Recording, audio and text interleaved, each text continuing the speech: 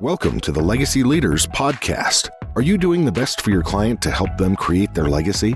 Are you creating a plan that goes far beyond finances to help people ensure that it becomes the driving force behind all decisions? On this podcast, hosts Katie Beth Hand and Stan Miller will help you with growing your practice and your clients' peace of mind. Together, they bring the best and brightest minds to share with you how to help your clients develop their best legacy. And now, here are your hosts, Katie Beth and Stan. Welcome to Legacy Leaders. My name is Rod Hatley. I'm one of the co-hosts of the program. And today I have the privilege to speak with two colleagues, Peter May and Ross Rubin, both of whom are with the DST Sherpa. And gentlemen, welcome to the program. Thank you for being here. Thank you. We appreciate your time. Thanks, Rod. Tell us what is the DST Sherpa, because I'm not sure I understand, and I suspect our audience may not know either. DST Sherpa is the abbreviations for a Delaware Statutory Trust, which was enacted via Revenue Ruling 2004-86, where a bunch of smart people went in front of the IRS and asked for a ruling. And in the ruling, IRS made the reference of it being a DST, Delaware Statutory Trust. And as we know, what the IRS labels, no man or woman shall ever change. Sure. Okay. And exactly what is a Delaware Statutory Trust so that we can kind of follow along with you? I would say what it is, it's a building wrapped in a trust. So you have a building that's up and running, that somebody like Exchange Right or Inland Capital has done the appropriate paperwork. And what's critical about it is because they have been able to create a DST, a Delaware Statutory Trust, it qualifies for 1031 qualifications, meaning if you sell a building for $1 million, you could take those proceeds that are at the QI, the qualified intermediary, and invest it as a fractional owner in a DST product. Call it DST 31 by Exchange Right, which is a building or a set of buildings that they have purchased that are up and running and cash flowing. And now what they are doing is syndicating their cash position. And by making it DSTable, if I may say that, it allows people to sell real estate via a 1031 and then qualify for that tax-free exchange. Excellent. Okay. So this is a way to defer those capital gains that otherwise would be owed if they were to just sell a property without any game plan and just be hit with those capital gains taxes, which can be rather punitive. Capital gains taxes and depreciation recapture. Yep. There's that, what the government gives, the government takes away. And then you have the state taxes that may be applicable. And then the fourth one that comes in is the NIIT, Net Income Investment Tax, otherwise known as Obamacare. There's an extra 3.8% on top of it, depending on the size of the transaction, which many of them, if you're in the $400,000, $500,000, $600,000 range. So your combined taxes could be anywhere from 30 to 40%. Whoa. Yeah, that can get your attention. Let's step back a bit. Give us the background on each of you. Peter, I know you're an attorney. Ross, I don't know, were you possibly a former attorney? Are you still practicing? Or No, I chose not to go to law school. I got my MBA. So that's why Peter and I make such a wonderful complementary type of partnership with regards to these DSTs. So back in, about 32 years ago is when I went to business school and graduated at that point and got in the world of management consulting. And then, suddenly and unexpectedly back in 2004, hard to believe, 21 years ago, took over my father's practice when he suddenly and unexpectedly passed away. Peter and I crossed paths about 15 years or so ago, and then really dug into DSTs probably 6 or 7 years ago. And then, Peter, you're an attorney by training as well? I started off my illustrious career as a CPA with a firm called Arthur Anderson back in the day. Sure. And if that wasn't enough punishment, it's like, let's go back to law school. Mm. And if 3 years weren't enough, it's like, yes, let's do a fourth year of an LLM.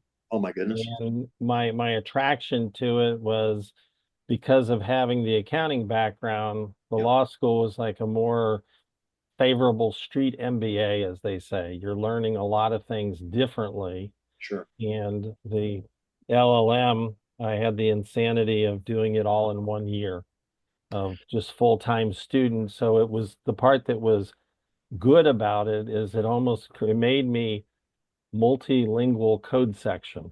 Because Very good. instead of learning about it, you just had everything as one big language, Sure. and it helped you to understand the relationship to it. So that's how it got to that point. From there, went to work with as in-house counsel for an insurance group that did high-end planning.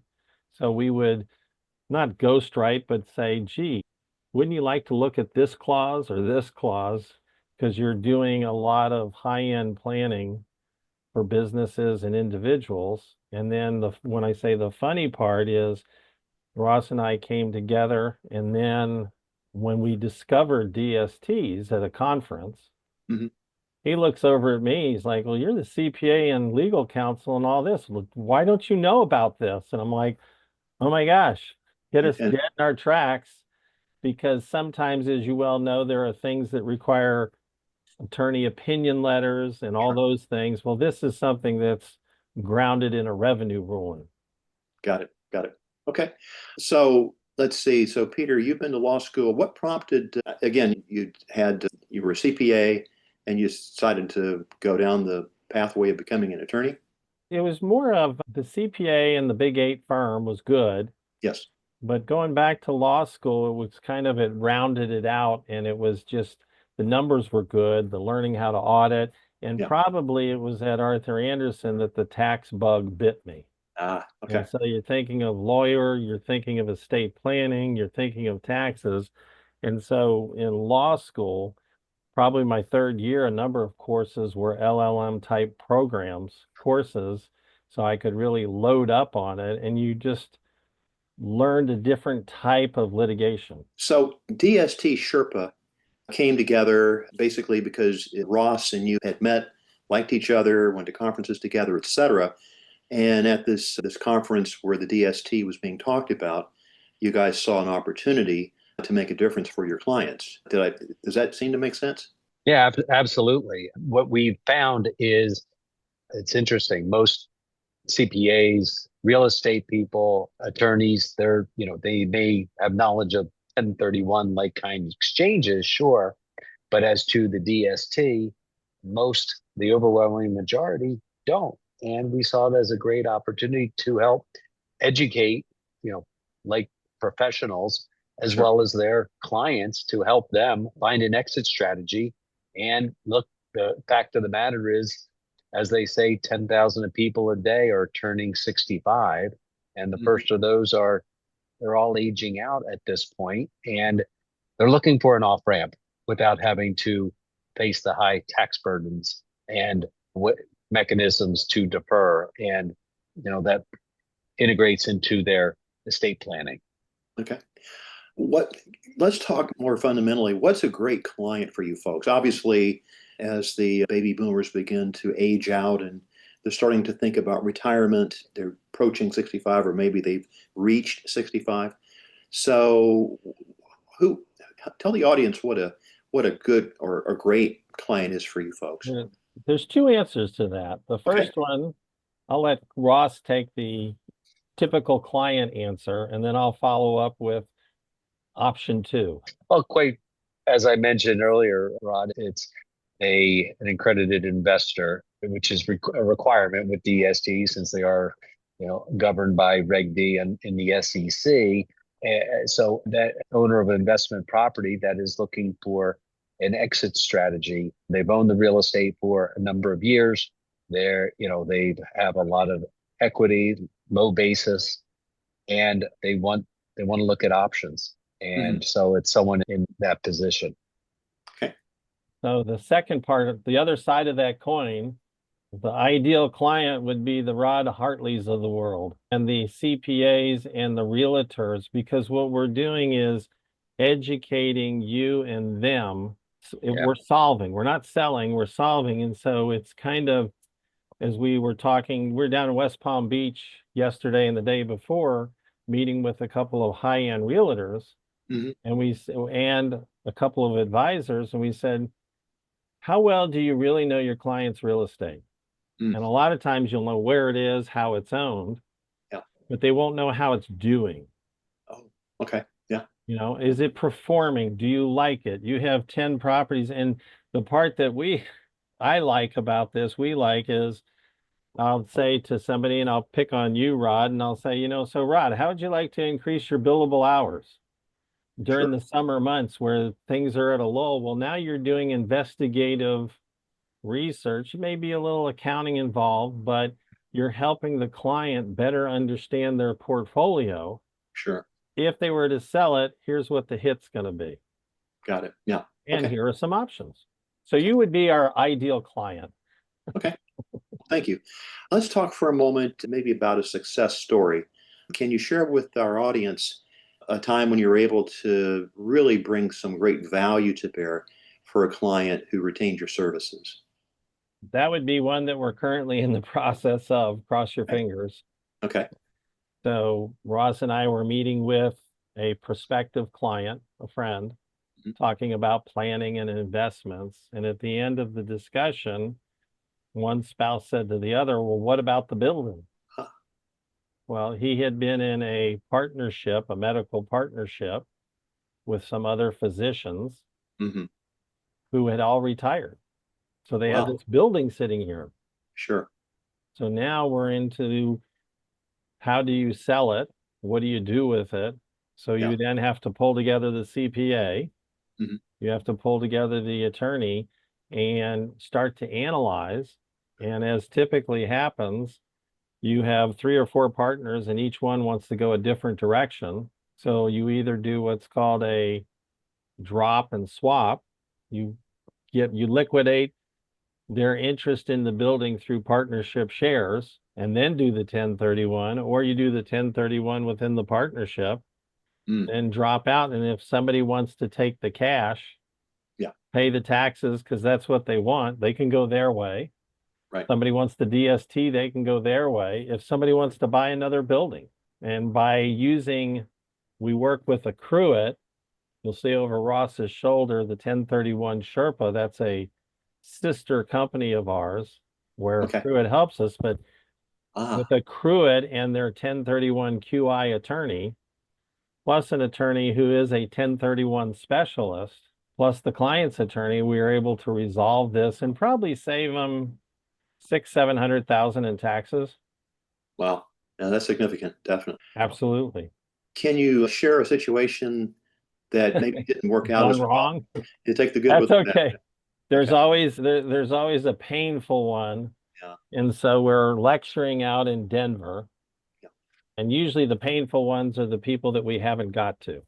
Oh, okay. And so when people buy property, they think of it as an investment because I'm buying it, it's going to go up back. But if they don't treat it as an investment on their tax return, Mm. it's not an investment. Yeah. Yeah. This individual had purchased some property out in Colorado. I'll just leave the city out. Yeah. Owned it for a number of years and went to sell it. Mm-hmm. And had to pay upwards of $350,000 in taxes Wow. because it never made it to Schedule E.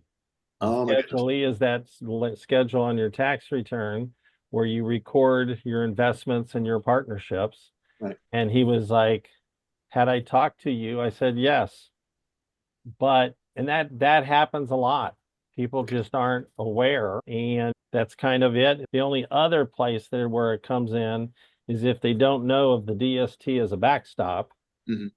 What ends up happening is they are selling property 1 and they think they're going to buy property 2. And if they don't have a DST as a backstop, as a replacement property, Yeah. and the first one blows up, they're out of luck. Yeah. Yeah. In that regard, gentlemen, when should a client or prospective client, when should they, what's the ideal time for them to be having a conversation with you about how you might be able to help them? I would say it would be, as they're thinking about and doing their estate planning and other planning, Sure. it can never be too early to start the discussion, which may be a year, 2, 3 down the road in terms of when that exit plan actually comes to fruition. Yeah. So I would say early as they're doing their other types of planning. Okay. In the part we try to encourage attorneys and CPAs and also some realtors is have that discussion. I like to use a lot of examples. When you get on a plane, they show you where the exits are. Mm-hmm. Well, if you're going into a business, you want to know how you're going to get out of it. Yeah. If you're buying it, how you're going to sell it. And so what ends up happening on it is we would say, you have your 10 or 15 properties. Mm-hmm. What are you going to do when you're 80 years old? Yeah. Unfortunately, as you and we all know, clients are never going to die. They're never going to become disabled. Sure. They're going to live forever.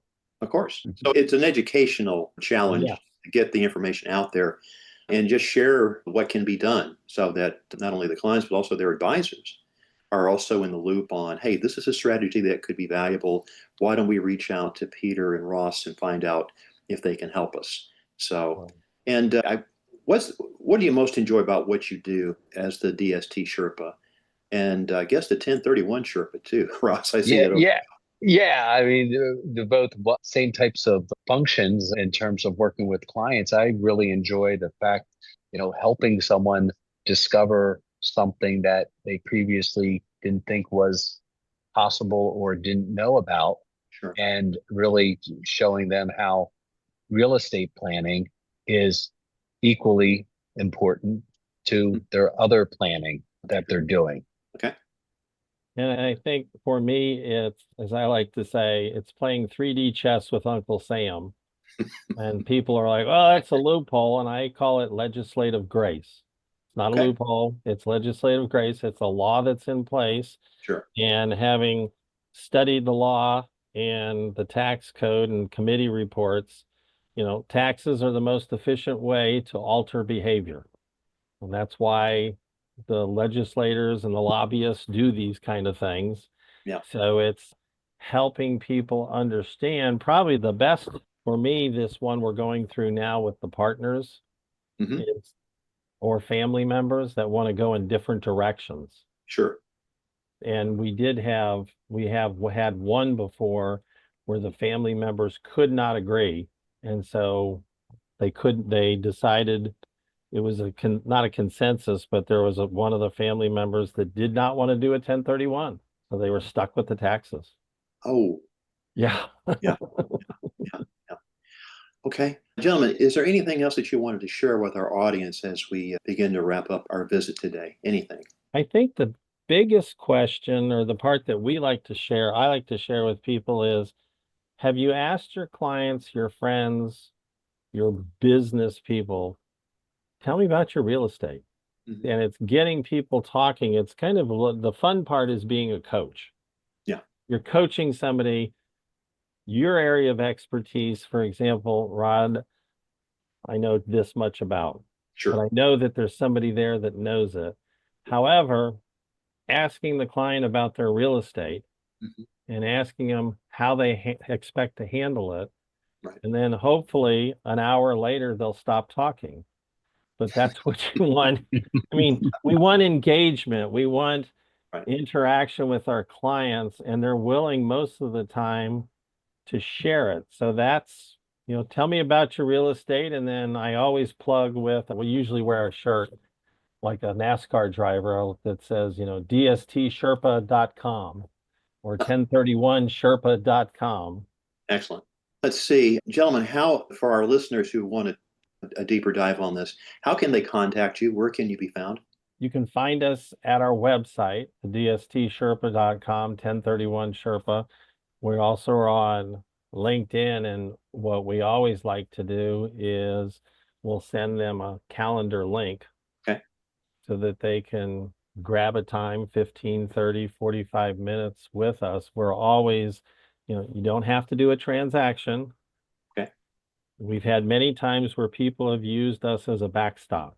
They sold a property, they found 2 replacement properties, and they didn't do any DST. Okay.